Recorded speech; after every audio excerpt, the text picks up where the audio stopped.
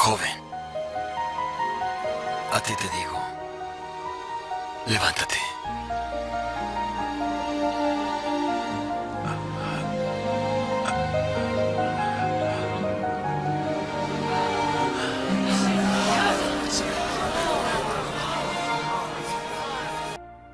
Señor Jesucristo los bendiga, hermanos. Los invito a que abramos nuestras Biblias en el libro de Mateo. Vamos a estar en Mateo capítulo 22, verso 32. Y dice la escritura: en el nombre del Señor Jesucristo, yo soy el Dios de Abraham, el Dios de Isaac y el Dios de Jacob. Dios no es de muertos, sino de vivos. Y vamos a pasar a el Evangelio de Juan, capítulo 1, versículo 1, un texto muy conocido por todos. Leemos: en el principio era el verbo, y el verbo era con Dios, y el verbo era Dios. Este era en el principio con Dios, y todas las cosas por él fueron hechas, y sin él nada de lo que ha sido hecho fue hecho. En él estaba la vida, y la vida era la luz de los hombres.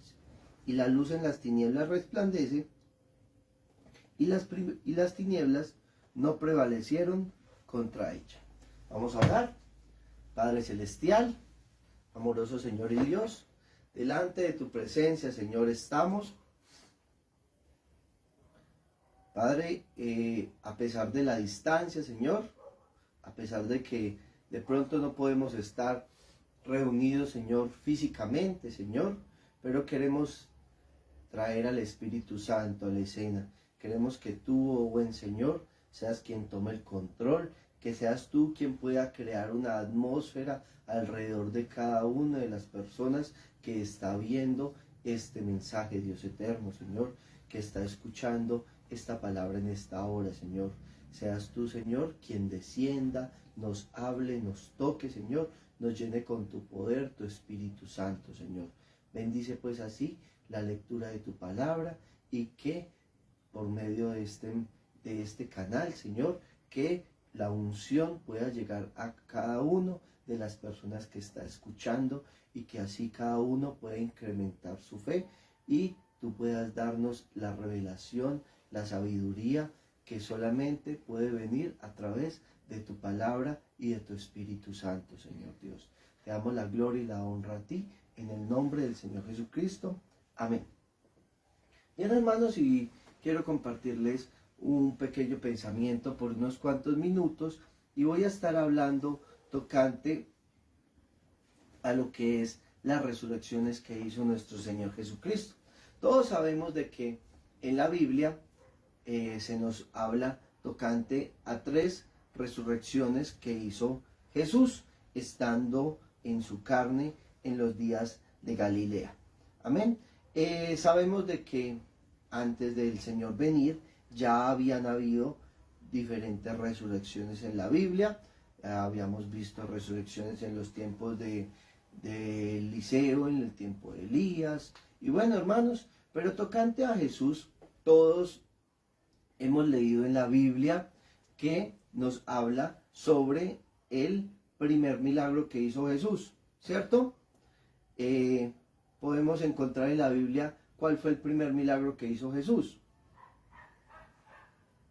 Y entonces inmediatamente uno empezaría a pensar y a buscar en los evangelios, y lo que encontraríamos sería el milagro de cuando se convirtió el agua en vino. Esto sucedió en una ciudad de Galilea llamada Cana, cuando Jesús había sido invitado para una fiesta de un matrimonio. Pero si miramos allí claramente, nos dice que este fue el segundo milagro que hizo Jesús. Entonces, ¿dónde quedaría pues el primer milagro que hizo Jesucristo? Hermanos, para poder encontrar este primer milagro, tendríamos que irnos a mirar el libro de Lucas, en el primer capítulo de Lucas, en el verso 39 aproximadamente. Y entonces por allí encontramos que María, a quien el Señor utilizó para ser la portadora del germen de vida, fue después de que el ángel Gabriel le hiciese la anunciación de la venida de Jesús, de que ella había quedado, de que ella estaba esperando pues, que estaba en embarazo, el verbo de vida, y entonces ella inmediatamente salió a visitar a Elizabeth, ¿cierto? La cual era la esposa de Zacarías, o sea, estamos hablando de los padres de Juan el Bautista. Y nos dice la escritura que en aquellos días, levantándose María, fue deprisa a la montaña a una ciudad de Judá, y entró en casa de Zacarías y saludó a Elizabeth. Y aconteció que cuando oyó Elizabeth la salutación de María, la criatura saltó en su vientre, y Elizabeth fue llena del Espíritu Santo, y exclamó a gran voz: bendita tú entre las mujeres, y bendito el fruto de tu vientre, ¿por qué se me concede esto a mí? Que la madre de mi Señor venga a mí, porque tan pronto como llegó la voz de tu salutación a mis oídos, la criatura saltó de alegría en mi vientre. Hermanos, y nos cuenta el profeta por revelación de que esta situación, cuando la leemos aquí en la Biblia, pues de pronto no alcanzamos a comprender o a ver la magnitud de lo que realmente sucedió allí. Pues ya cuando viene la revelación del Espíritu Santo por boca de un profeta, pues viene y nos explica que en realidad Juan el Bautista, que es primo de Jesús, entonces viene, quedó en embarazo Elizabeth, después de haber sido estéril y toda la situación, y el bebé no se había movido en su vientre. O sea, sencillamente el bebé estaba muerto en el vientre de Elizabeth. Mas cuando María llega y es pronunciado el nombre por primera vez, el nombre del Señor Jesucristo, o sea, cuando se dijo: ¿y cómo le vas a poner? Y le dijo: le vamos a poner, su nombre será Jesús. En ese momento, al pronunciar ese nombre, el bebé que estaba muerto dentro del vientre de Elizabeth saltó. O sea, la vida vino sobre él. Y el profeta nos dice: este fue el primer milagro que se hizo en el nombre de Jesús. El primer milagro fue traer un niño que estaba muerto a vida. Y no solo a vida, no solo a cualquier clase de vida, sino que inmediatamente fue lleno del Espíritu Santo, estando dentro del vientre de su madre. Él fue lleno del Espíritu Santo, porque para él sabemos de que había un gran ministerio, él tenía un gran trabajo, que era hacer el camino de entrada para el Rey de Reyes, para el Salvador. Hermanos, así que este fue el primer milagro. Por eso cuando leemos las bodas de Cana, se nos dice que es el segundo milagro, porque en realidad el primer milagro fue la resurrección de Juan el Bautista en el vientre de su madre. Ahora, ya Jesús llega el tiempo, cumple sus 30 años y empieza su ministerio público, y entonces vamos a ver las tres resurrecciones que hizo Jesús. La primera la encontramos en el mismo libro de Lucas, en el capítulo 7 del libro de Lucas, en el verso 11, nos dice: aconteció después que iba a la ciudad que se llama Naín, e iban con él muchos de sus discípulos y una gran multitud. Y cuando llegó cerca de la puerta de la ciudad, he aquí que llevaban a enterrar a un difunto, hijo único de su madre, la cual era viuda, y había con ella mucha gente de la ciudad. Y cuando el Señor la vio, se compadeció de ella y le dijo: no llores. Y acercándose tocó el féretro, y los que lo llevaban se detuvieron. Así, hermanos, que aquí podemos ver, Jesús llega a esta ciudad. A Jesús no es que lo hayan mandado a llamar, a Jesús no es que le hayan dicho: venga al funeral. No. Ni aún la madre, de pronto desconsolada, llorando, puesto que ya había perdido a su esposo y ahora perdía a su hijo, no es que ella se haya abalanzado a los pies de Jesús o le haya dicho: Señor, ven, ayúdame, Señor, tú que puedes cambiar la situación. No. La situación simplemente fue que Jesús miró a aquella mujer. La miró de pronto en su desconsuelo, la miró de pronto en su tristeza, la miró llorando, la miró con angustia, la miró en la desesperación en la que ella se encontraba. Y ese sentimiento que ella estaba aflorando en ese momento causó en Jesús, llamó al verbo de vida, captó la atención de él. Hermanos, estamos hablando de una mujer que no le estaba llamando a él, una mujer que no estaba buscando favor de él, una mujer que no le estaba pidiendo nada a él. Simplemente su actual condición hizo que el verbo de vida sintiera algo, o sea, halló gracia delante de los ojos de él. ¿Cuánto más usted y yo cuando caemos de rodillas? ¿Cuánto más usted y yo cuando vamos al altar? ¿Cuánto más usted y yo cuando le abrimos nuestro corazón a Él y le decimos, Señor, me está sucediendo esto? Señor, estoy afrontando esta situación. Señor, siento esta tristeza. Señor, me han traicionado. Señor, siento esta opresión del enemigo. Señor, vino una tentación que no pude superar. Señor, me han engañado. Señor, he cometido este error. Cualquiera que sea la situación. Si usted se allega a Él, si usted le clama a Él de la manera correcta, hermano, créame que va a encontrar respuesta. Porque el Señor es nuestro sumo sacerdote, el cual puede compadecerse de nuestras debilidades. Eso lo dice en el libro de Hebreos. Hermano, y aquí lo podemos ver. Mire, dice: y cuando el Señor la vio, se compadeció de ella. Estoy en el verso 13. Y le dijo, no llores. Aleluya. Y acercándose tocó el féretro. Y los que llevaban se detuvieron y dijo, joven, a ti te digo, levántate. De esta manera se hizo la resurrección. Jesús detuvo la conmoción del momento, tocó el féretro, puesto los ojos en aquel lugar, le dijo, joven, a ti te digo. Lo llamó personalmente, hermano. Y le dijo, joven, a ti te digo, levántate. Y entonces se incorporó el que había muerto y comenzó a hablar y lo dio a su madre. Y todos tuvieron miedo y glorificaban a Dios, diciendo, un gran profeta se ha levantado entre nosotros y Dios ha visitado a su pueblo. Esta fue la primera resurrección que hace nuestro Señor Jesucristo. Ahí más adelante, un capítulo más adelante, en el capítulo 8, podemos encontrar la situación con la hija de Jairo. Pero no lo voy a leer del libro de Lucas, más lo voy a leer del libro de Marcos. Y lo vamos a ir a mirarlo en Marcos capítulo 5, verso 38. Entonces sabemos de que Marcos, de que Jairo, ¿cierto?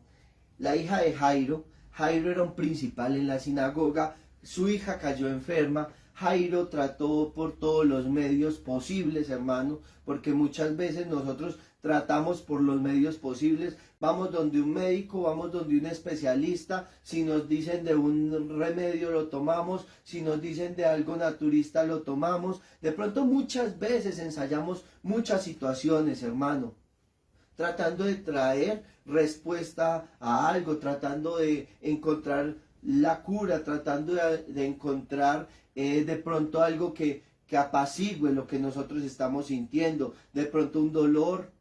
Y no solo miremoslo dentro del campo natural, no solo hablemos de una situación natural como una enfermedad, sino que volemos un poquito más allá y proyectémonos y pensemos en cualquier tipo de situación espiritual. ¿Cuántas veces hemos tratado de llenar una falencia o una dolencia espiritual con otros medios, hermanos? ¿Cuántas veces hemos tratado de buscar dinero creyendo que con eso vamos a encontrar la felicidad?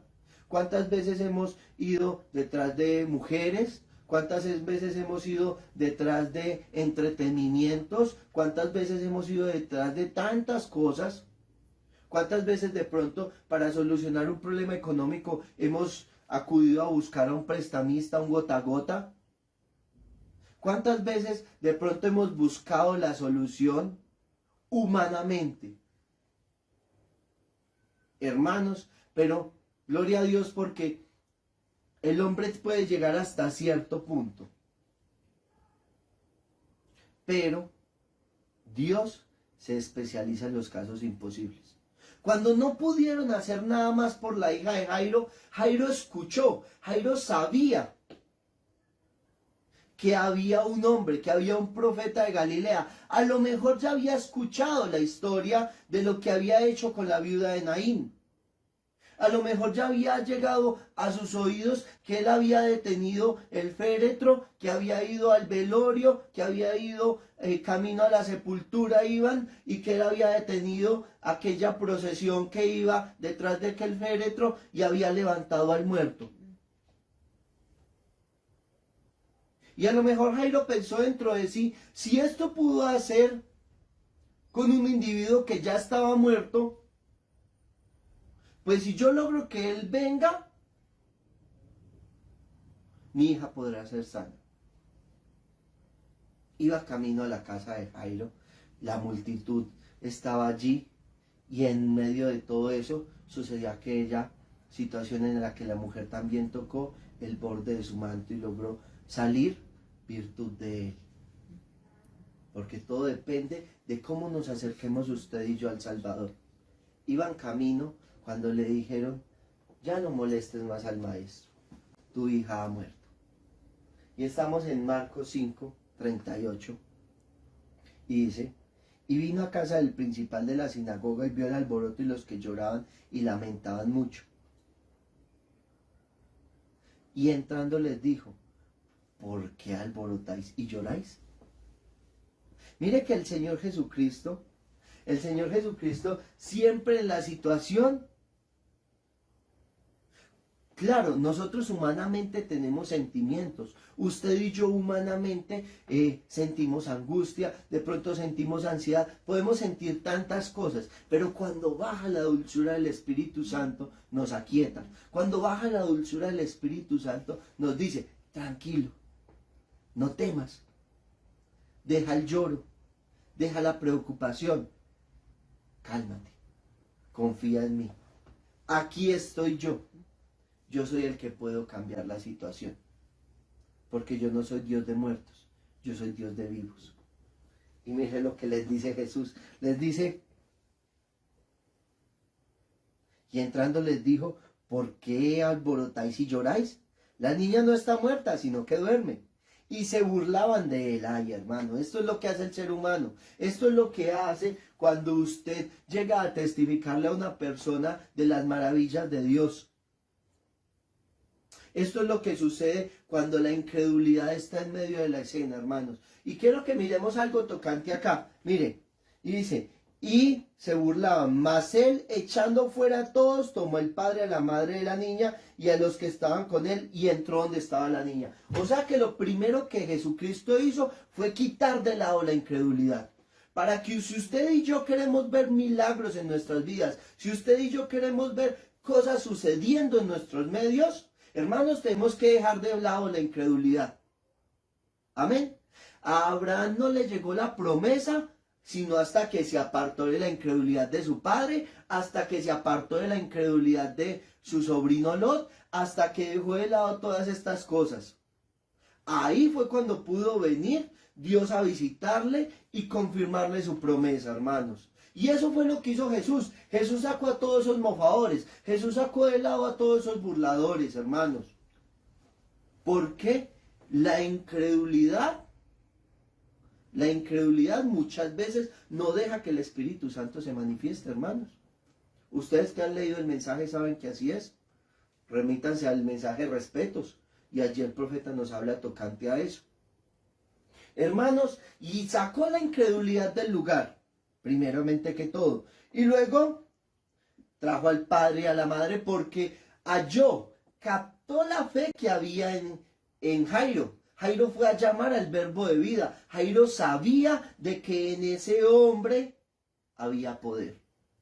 Y por eso le dijo a su padre y a su madre, vengan, y a los discípulos que venían con él, y les dijo, vengan. Sacó el resto de la incredulidad y les dijo, vengan, y tomando la mano de la niña le dijo, Talita Kumi, que traducido es, niña, a ti te digo, levántate. Luego la niña se levantó y andaba pues, y tenía 12 años, y se espantaron grandemente, pero les mandó mucho que nadie supiese.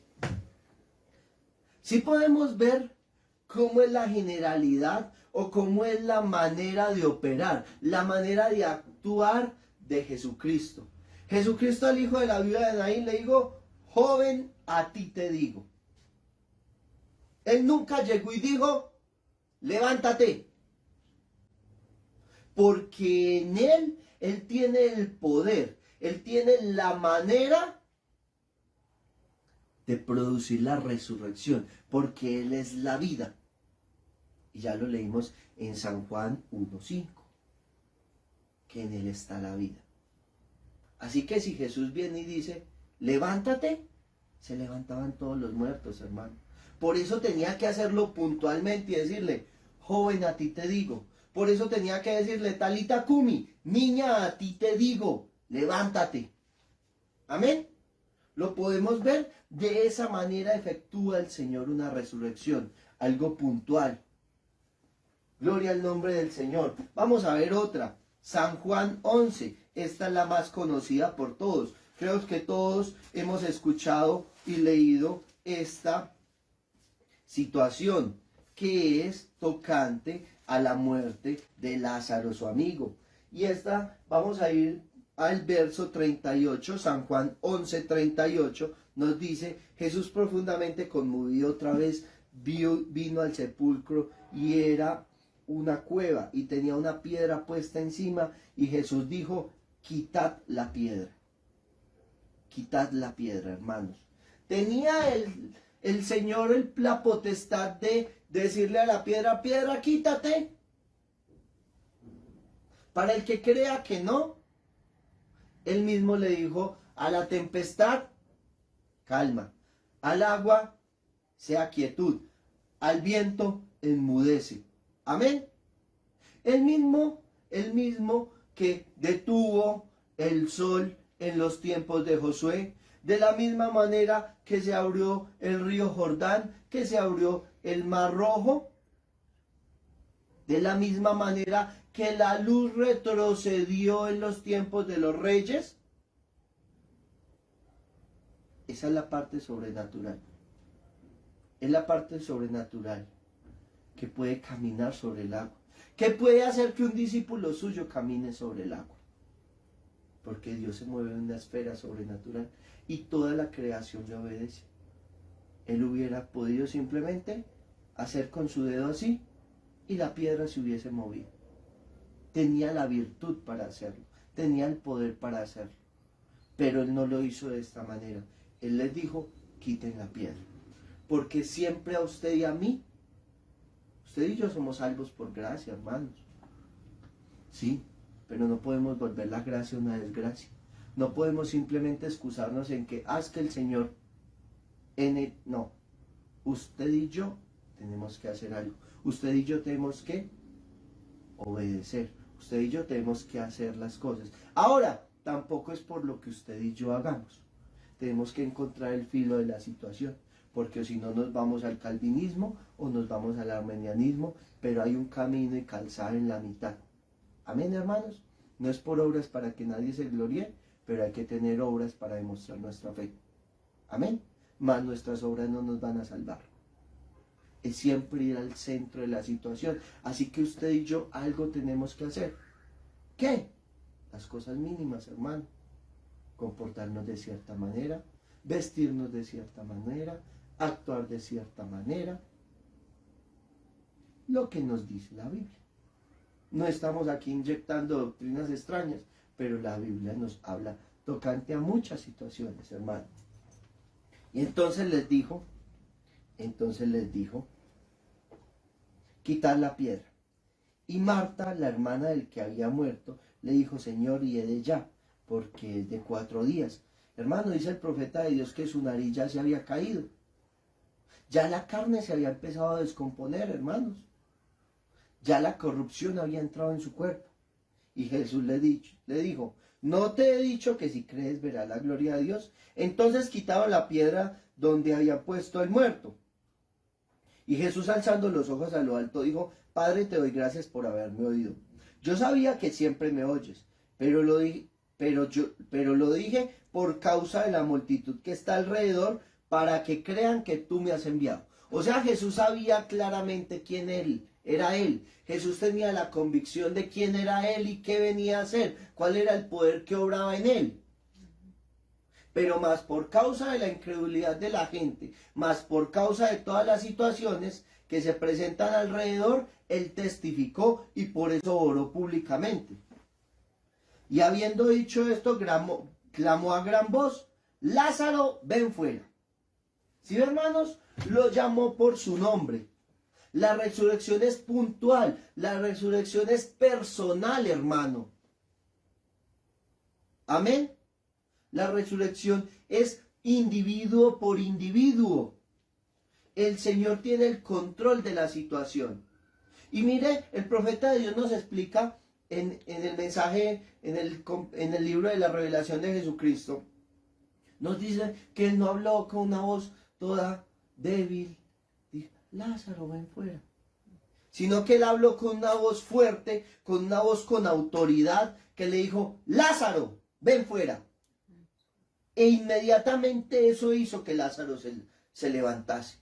Un hombre que ya estaba entrando en estado de descomposición. Hermano, no se había acabado de morir. Estas son las 3 resurrecciones que efectuó nuestro Señor Jesucristo.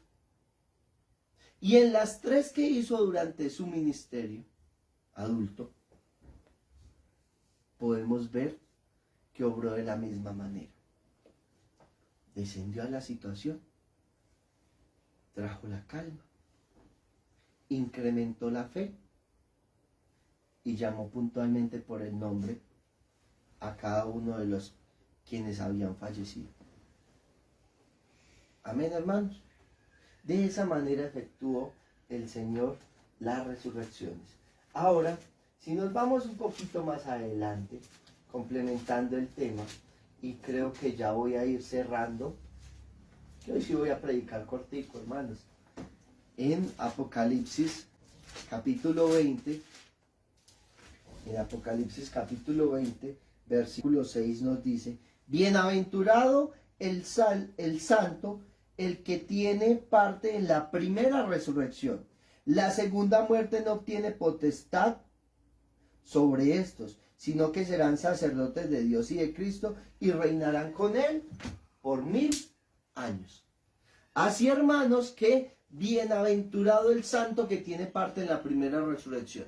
Y para que haya una primera resurrección, estamos hablando del tiempo de la plenitud gentílica. No estamos hablando de las resurrecciones del Antiguo Testamento. No, estamos hablando en el tiempo del Nuevo Testamento. O sea, estamos hablando de la resurrección que tiene que haber justo antes del arrebatamiento. Tesalonicenses 4:16 nos dice que el Señor con voz de mando, con voz de arcángel y con trompeta de Dios descenderá del cielo, y los muertos en Cristo resucitarán primero, luego nosotros los que hayamos quedado seremos transformados para recibir juntamente con ellos al Señor en el aire. Ese es el orden de su venida, hermanos. Así que tiene que haber una resurrección. Esa es la primera resurrección. Y para ver una primera resurrección, el Señor tiene un libro, el Señor tiene un registro, donde están plasmados los nombres de los suyos, los nombres de su novia, y va a empezar a llamarlos uno por uno. Y aquellos quienes va a ir llamando van a irse levantando, hermanos. De esa manera se efectúa la resurrección. Amén. El título de propiedad que Adán tenía en el huerto del Edén, que lo vendió, que lo canjeó a Satanás por sabiduría, es donde están plasmados esos nombres. Ese libro que estaba sellado con 7 sellos, ese libro es donde están plasmados los nombres con una tinta indeleble de los miembros de su novia, de los miembros de su amada, de los elegidos, esos que no pueden ser borrados, esos que no pueden perderse, esos que son predestinados y escogidos antes de la fundación del mundo, hermanos. ¿Por qué? Porque antes de que todo fuese formado, antes de que Génesis 1:1 viniera a existencia, antes de que Dios dijera sea la luz y fue la luz, en su mente Cristo pensó el plan. Cristo vio la situación. Cristo vio que usted y yo le íbamos a fallar. Cristo vio que usted y yo estábamos destituidos de la gloria de Dios. Y en su mente dijo, mis hijos han perdido, mis hijos están lejos de mí, no los puedo redimir, no los puedo reclamar de esa manera porque el pecado ha entrado y ha sucedido todo esto, ha habido una separación grande. Y entonces, para poder subsanar aquella situación en su mente, se entregó a sí mismo. Y pagó el precio del pecado. Y puso un precio tan grande que era un precio de sangre. Y no cualquier tipo de sangre. Era la sangre de Dios misma derramada. Porque a nosotros no nos salvó sangre judía. A usted y a mí no nos salvó sangre hebrea. No nos salvó sangre griega ni sangre gentil. A usted y a mí nos salvó la sangre de Dios mismo. Porque José no era su padre y María no era su madre. Él mismo puso el gene de vida. María solamente fue el vientre que sirvió de incubadora. Amén, hermano. Es como cuando usted utiliza una incubadora artificial para calentar los huevos. La incubadora no tiene la potestad de producir los huevos. Usted pone los huevos y la incubadora lo que hace es mantenerlo, la atmósfera, el calorcito, para que el huevo se pueda empollar. Eso hizo María. María fue la incubadora, pero el gene de vida ya venía allí formado. Así que no era sangre judía, no era sangre hebrea, no era sangre gentil, era la sangre de Dios mismo, la que fue derramada en la cruz del Calvario por expiación, por propiciación de sus culpas y de las mías. Esa sangre, con esa sangre fue escrito en un registro el nombre de cada uno de los predestinados. Él vio, él dijo, mi hijo Diego me ha fallado, pero yo voy a morir por él. Y escribió el nombre. A lo mejor, hermano Diego, usted no se llame Diego en los planes de Dios. Ese fue el nombre que sus padres terrenales escogieron. Pero hay un nombre genuino que cada uno tiene. Y cada uno lo reconoce. Eso dice el libro de Apocalipsis, eso dice el libro de las edades. No voy aquí a meter doctrinas de nombres nuevos ni de cosas raras. Pero hay un nombre al que usted responde y hay un nombre al que yo respondo. Y yo sé que ese es mi nombre. Si es el que me pusieron aquí, gloria a Dios. Si es otro, no lo sé. Lo importante es que usted y yo estamos escritos en el libro. Y eso es lo que usted y yo tenemos que creer, hermano y hermana, joven, niño, niña, anciano, el que me está escuchando. Usted tiene que creer que su nombre fue escrito desde antes de la fundación del mundo. Porque es que usted no llega a ser salvo aquí. La sangre lo mantiene limpio, pero usted ya fue salvo antes de la fundación del mundo, porque Cristo en la mente de Dios fue sacrificado antes de la fundación del mundo para que los suyos no tuviesen ningún tipo de deuda. ¿No me cree? Vaya a Isaías capítulo 53. Ya había muerto Cristo en el tiempo de Isaías. Bueno, fue 700 años antes de que viniese Cristo. Y allí nos dice, mas el herido fue por nuestras rebeliones, molido por nuestros pecados. El castigo de nuestra paz fue sobre él, y por su llaga somos nosotros curados. Y está hablando en pasado. Nunca dice, por su llaga seremos, y por su herida seremos. Nunca lo tira al futuro. Y vino a manifestarse 700 años después. Así, hermanos, que usted y yo somos salvos antes de la fundación del mundo. Solo que Dios, en su omnisciencia, omnipresencia, ya sabía cómo iban a suceder todas las cosas. Amén. Esa es la grata predestinación de Dios. Que Él sabía, usted y yo, que íbamos a escoger. Él sabía que usted y yo, cuando llegara el mensaje, lo íbamos a aceptar. Cuando llegara el Evangelio a nuestras vidas, lo íbamos a aceptar. Y que íbamos a hacer todo lo que en nuestros medios está posible para vivir una vida limpia y justa delante de Él. Eso es lo que nos hace salvos, hermanos. Así que hagamos la parte que nos toca a nosotros, y cuando venga una dificultad, cuando venga un problema, tranquilo, hermano, tranquila, hermana, preséntelo delante de Dios y descanse en Él. Él tiene el cuidado de la situación. Él puede compadecerse de su necesidad. Él puede compadecerse de su aflicción. Él sabe cómo tratar cada situación. Así que descansemos en Él. Bienaventurados, bienaventurados los que tienen parte en la primera resurrección. Luego nosotros, los que vivimos, los que hayamos quedado, seremos transformados juntamente para recibir al Señor en el aire. Así, hermanos, que nos cobija la promesa. Si usted y yo morimos, no le tenga miedo a la muerte. No le tenga miedo al coronavirus. No le tenga miedo a nada. No le tenga miedo, hijo de Jesús, a los que pueden matar la carne. Amén. No le tenga temor a eso. Si usted y yo tenemos que partir de esta tierra, que así sea. Y si el Señor nos permite estar vivos para gozar de la transformación, que así sea. Bien sea por un lado o por el otro, todos vamos a converger a la misma situación, a encontrarnos con el Señor. Así que, hermanos, como dijo Tesalonicenses, alentados unos a otros con esta palabra. La venida del Señor está próxima. Estemos preparados, estemos a cuentas, saldemos nuestras deudas que tengamos. No estoy hablando solamente de situaciones económicas, estoy hablando de rencores, estoy hablando de envidias, estoy hablando de celos, estoy hablando de contiendas, estoy hablando de esas cosas que no hemos podido perdonar. Estoy hablando de esas cosas que no hemos ido a organizar, que no hemos pedido perdón de un lado y del otro.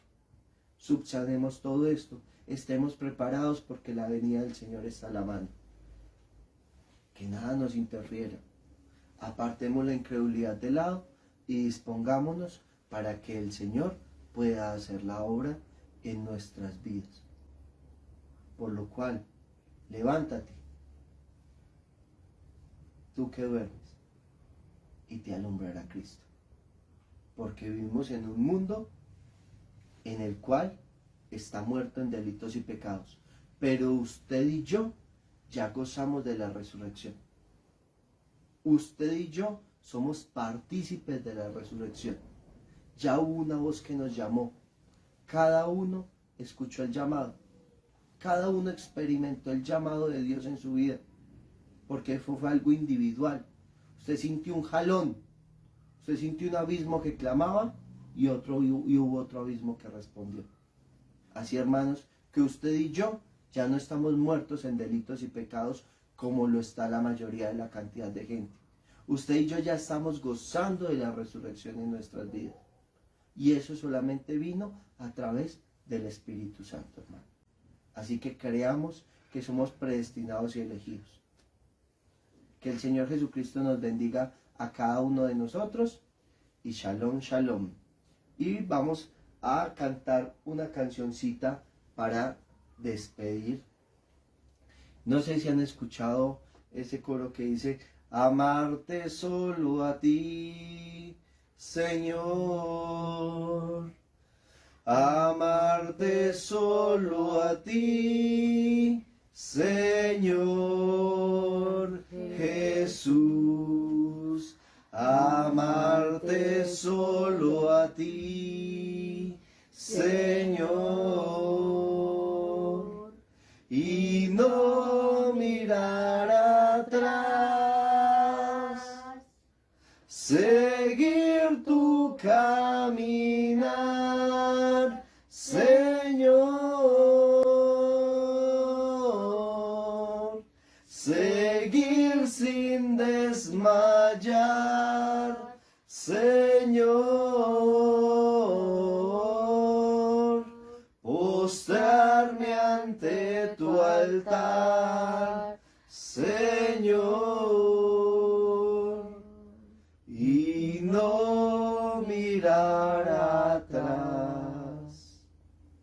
Señor Jesucristo les bendiga. Shalom.